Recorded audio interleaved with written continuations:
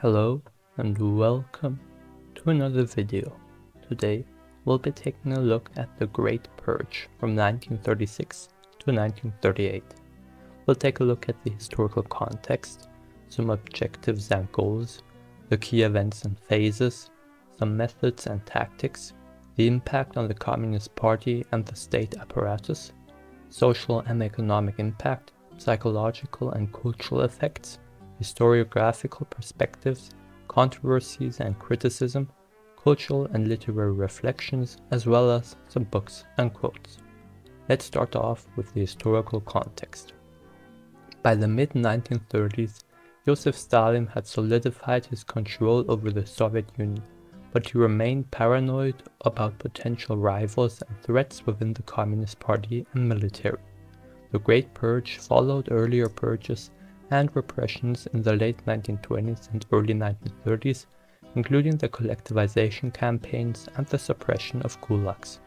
The Soviet Union faced internal dissent, economic challenges, and external threats, contributing to Stalin's desire to eliminate perceived disloyalty and consolidate his authority. Objectives and goals. He aimed to remove real and perceived political rivals, including old Bolsheviks, military leaders, and party officials who might challenge Stalin's authority. Intended to purge the Communist Party of enemies of the people and ensure absolute loyalty to Stalin's leadership and Marxist-Leninist ideology, this purge was enforced. It also sought to install fear and obedience among the Soviet populace, reinforcing the totalitarian nature of Stalin's regime. Key events and phases. The Kirov assassination in 1934. The murder of Sergei Kirov, a prominent party leader, served as a pretext for initiating widespread purges. Stalin used the assassination to claim a vast conspiracy against the state. The first Moscow trial in 1936. The trial of Zinoviev, Kamenev, and other former Bolshevik leaders marked the beginning of high-profile show trials characterized by forced confessions and fabricated charges. The military purge, 1937 to 1938. A significant portion of the Red Army's high command was arrested, tried, and executed or imprisoned, weakening military leadership on the eve of World War II. The third Moscow trial, 1938.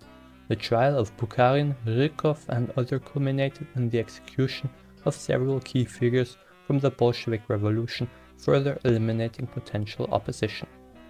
Methods and tactics. Public trials of prominent figures were staged to demonstrate the state's resolve against treason and to justify the purges. Defendants often confessed under torture or duress.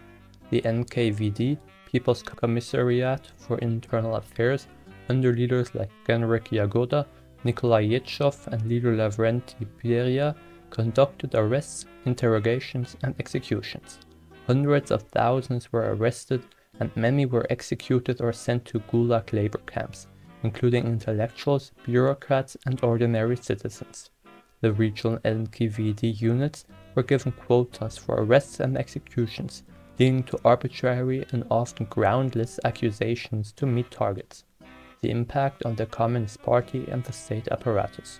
The purges decimated the ranks of the Communist Party, with a significant proportion of the Central Committee and local officials being removed and executed.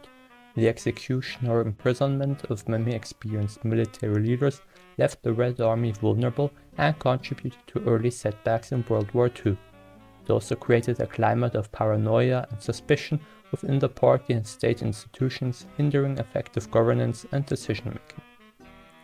Social and economic impact. The purges disrupted the labor force as skilled professionals, managers, and intellectuals were often targeted, affecting economic productivity and efficiency. Families of the purged faced official ostracism, loss of livelihood, and often deportation or imprisonment themselves, creating widespread fear and suffering. Cultural and intellectual life was stifled as artists, writers, and scientists were purged, leading to a conformist and repressive cultural environment. Pervasive use of surveillance, informants, and arbitrary arrests fostered a climate of fear and distrust across Soviet society. cultural production became highly conformist, with artists and intellectuals producing works that glorified Stalin and adhered to socialist realism to avoid persecution. The purges involved the rewriting of Soviet history to erase the contributions and existence of those purged, including altering official records and photographs. Historiographical perspectives. Official Soviet narratives often justified the purges as necessary to protect the revolution from internal enemies and maintain ideological purity. Western historians and analysts have generally condemned the purges as state terror and mass murder, highlighting the arbitrary nature and human cost. In the post-Soviet period, Russian and international historians have continued to debate the motivations, scale, and impact of the Great Purge, with some emphasizing Stalin's paranoia and others the role of systematic factors in Soviet governance. Controversies and criticism.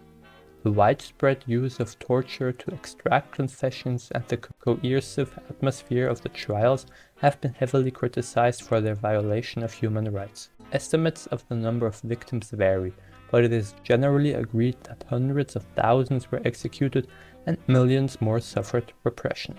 The purges left a lasting legacy of fear and repression in Soviet society, and their impact continued to shape Soviet politics and culture for decades. Cultural and literary reflections. The Great Purge has been depicted in various works of literature and memoirs, including accounts by survivors and critiques of Stalinist repression. While direct artistic critiques were suppressed, later Soviet and post-Soviet art and literature often reflected the trauma and legacy of the purges.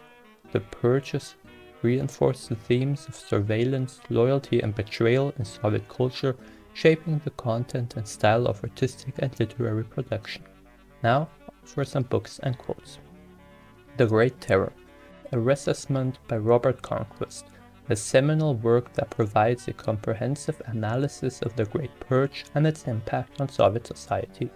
Stalin, The Court of the Red Tsar, by Simon Sebag, Montefiore. It offers insights into Stalin's personality and the mechanisms of power during the purges. Fear and the Muse Kept Watch, The Russian Masters, Kmanatova and Pasternak to Shostakovich and Eisenstein. Under Stalin, by Andy Macksmith. It discusses the impact of the purges on Soviet cultural figures. The Gulag Archipelago, by Alexander Solzhenitsyn, a critical exposé of the Soviet prison camp system detailing the experience of those caught up by the purges. Now for some quotes. We must destroy the enemy within to safeguard the revolution and build socialism. Joseph Stalin. The Great Purge was a monstrous act of state terror characterized by arbitrary arrests, forced confessions, and executions. Robert Conquest. The purges decimated the leadership of the Communist Party, leaving a legacy of fear and culture of silence. Simon Sebag, Montefiore. In the shadow of the purges, every whisper could be a death sentence, and every conversation a potential betrayal. Orlando Fix. Stalin's purges were a tragic expression of his paranoia, eliminating rivals and creating a regime based on fear and control. Stephen Kotkin. The machinery of the purges ground relentlessly, crushing not only political opponents but also the very soul of Soviet society. Donald Rayfield. Thank you for watching. Bye.